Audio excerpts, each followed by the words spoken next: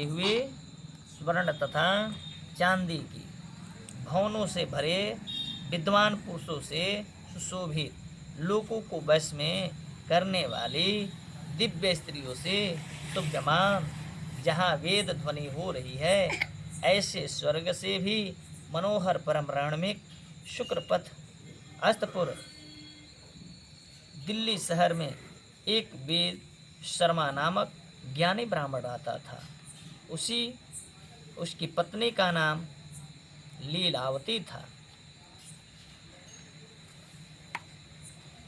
उसके महापराक्रमी 7 पुत्र थे तथा संपूर्ण लक्षण से युक्त वीरवती नाम की एक पुत्री उत्पन्न हुई।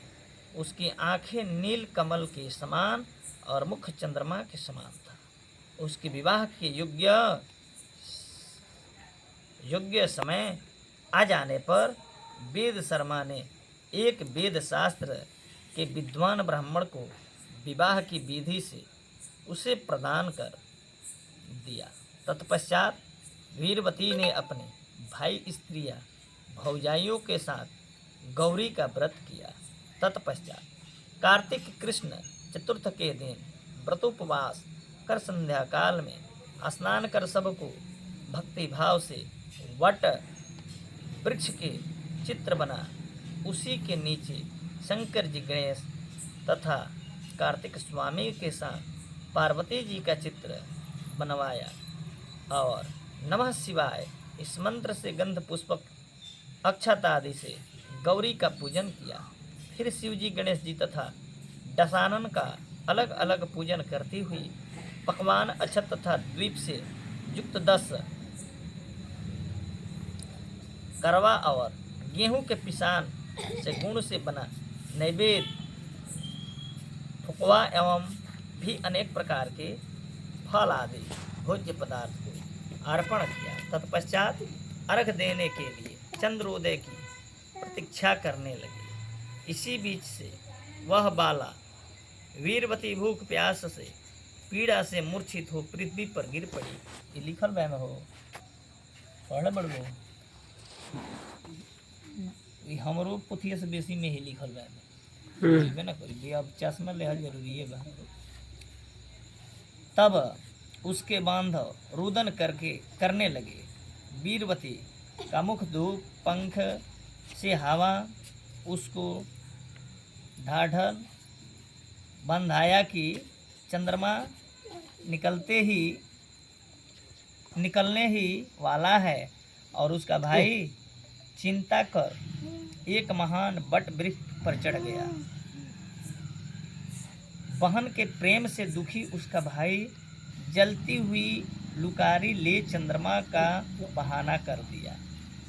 तब वह उसे चंद्रमा का उदयजान दुखों का त्याग विधान से अर्घ देकर भोजन किया। तब इस प्रकार व्रत के दूषित होने से कारण उसका पति मर गया।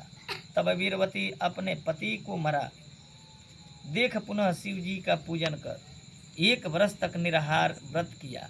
वर्ष के समाप्त होने पर करक चतुर्थ का व्रत फिर भौजाइयों ने किया और पूर्वक विधान से वीरवती ने भी व्रत किया।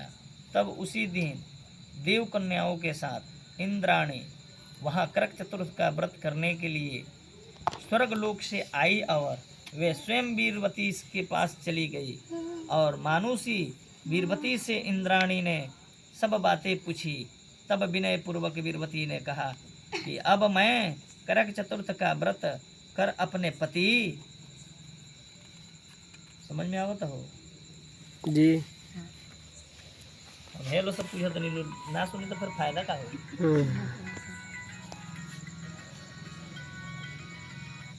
अरे अभी कथा बाचता नहीं आवता नहीं हो जाता तो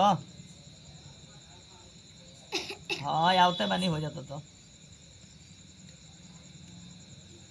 के घर आई और मेरा पति मर गया। हमें ज्ञात नहीं कि मेरे किस पाप के कर्म का फल मिला। हे महेश्वरी हमारे भाग्य से आप यहाँ आ गई है सो मेरे पति को जीवित कर मेरे पर कृपा कीजिए।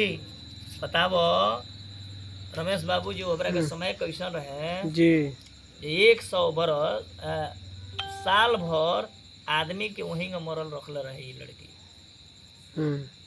फिर ई आइल करवा चौथ फिर कैलस तो ओकरा व्रत के प्रसन्नता से इंद्राणी माने इंद्र के देवी लोग आई रहे ओकरा लगे वार्तालाप होखे लागल तो वार्तालाप में यह बात भइल तो कहल कि बाबा आइल बड़ लोगन तो हमरा पति के जिया के जाए। माने एगो छठ हमनी के धर्म में एगो करवा चौथ बहुत गंभीर के चीज है। और जब वहीं जौन पूजा के सामान में आइल बा चढ़ावे खातिर तो तू बहुत सामग्री हिलेला बड़ा माने हमारा नजर से अनंत बा लेकिन एकरा के अगर आवरिये में तनी ढंग से करबो तो खाना पाना 2 घंटा पहले बनवा दो माने के जेकरा खाए पिए के आए लोग निवृत्त करा के तनी बढ़िया से केरा के पौधा उधा में बांध दी छोट छोट तनी फूल तिलंगी लंगी सट दी वही बीच में एगो कोनो पात्र पीतल के धऽ के फोटो रख दी सामने अपन एगो पीला वस्त्र डाल दी माने हम नियम बताओ तनी जे सत्यनारायण भगवान के कथा होला वही का कथा में सब सामग्री एगो पत्थरिया में सरिया दी पंचामृत बनावल जाई कच्चा दूध और खातिर रख के पंचामृत बनी आ नीचे से पूजा शुरू करत करत जाई ये लोग के पूजा करे में करत में 3-4 घंटा टाइम लगी जितना देवी देवता में लोग तड़े ये सब लोग के विखंड पूजवा अगर कल तो 4 घंटा टाइम लगी कितना देर में भइल आधा घंटे में ये क्षुद्ध बुद्ध पूजा हो जैसे हमारा तनी घृणापन आवेला 10 गो रुपया अगर ब्राह्मण के देवे के बाद देवे कर वो इच्छा बा दे तनी तो 10 रुपया में 5 रुपया हमरा के दी 5 रुपया के सामान में मंगा ली तनी ओकरा के ढंग से होई केहू सुनी केहू देखे तो भाई हाँ भाई कोई ले सही बात बा बताओ तो